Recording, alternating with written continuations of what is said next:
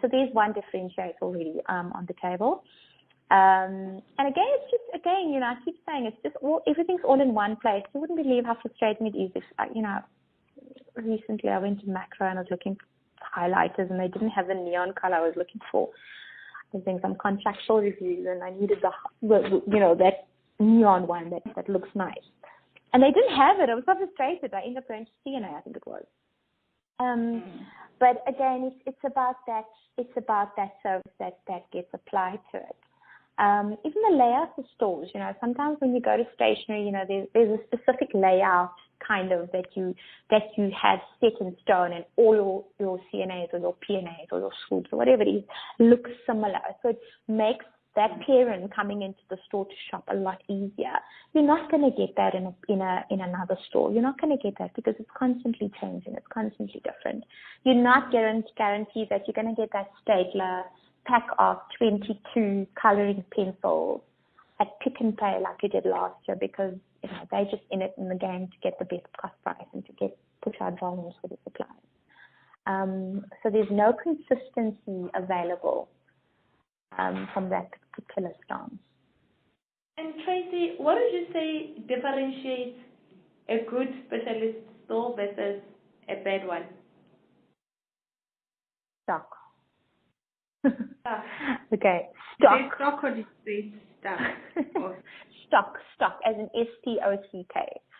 I think stock is, finding what you're looking for. I think stock is a big thing. Having variety. Having someone to ask my questions to. So again, a form of specialist staff or staff that you can go to ask them for help. Those are things you don't get in the general retailers. And convenience, having a store located where you can access it quite easily.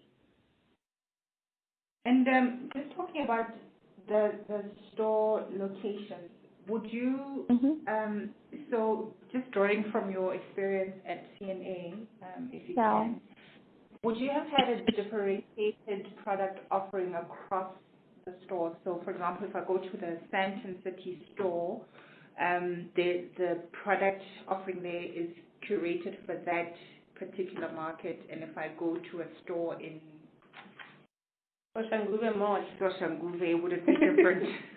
I think they would have been similar anyway, but okay, I get your question.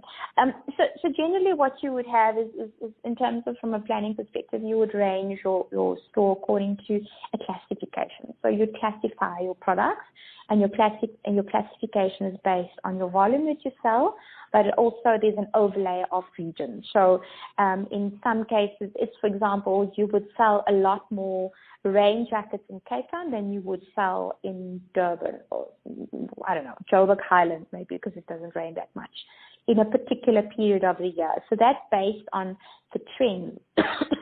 Sorry, I've got a bit of a cough, annoying cough. So ranging is a bit tricky. You generally have your main stores across the country, and they would get the same range. And then you'd have a tier down and a tier down and so forth until you get to your most basic.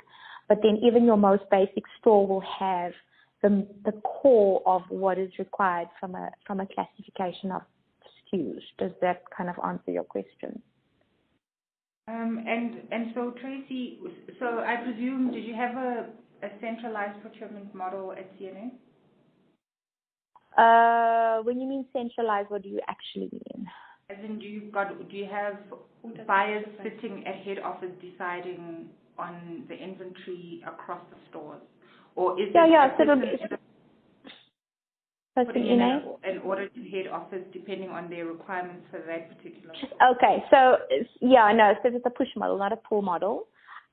Push coming from stores, from head office. So definitely centralized, and I think that's the case in most of the retailers anyway. P&A is slightly different in terms of their model, but generally what happens is you've got a central view of buying, and that's just an easier way to control it because you need to manage margins and OTB and those kinds of things. So it's the best way is to have it that way, particularly when you want to manage margins and do supply negotiations, etc.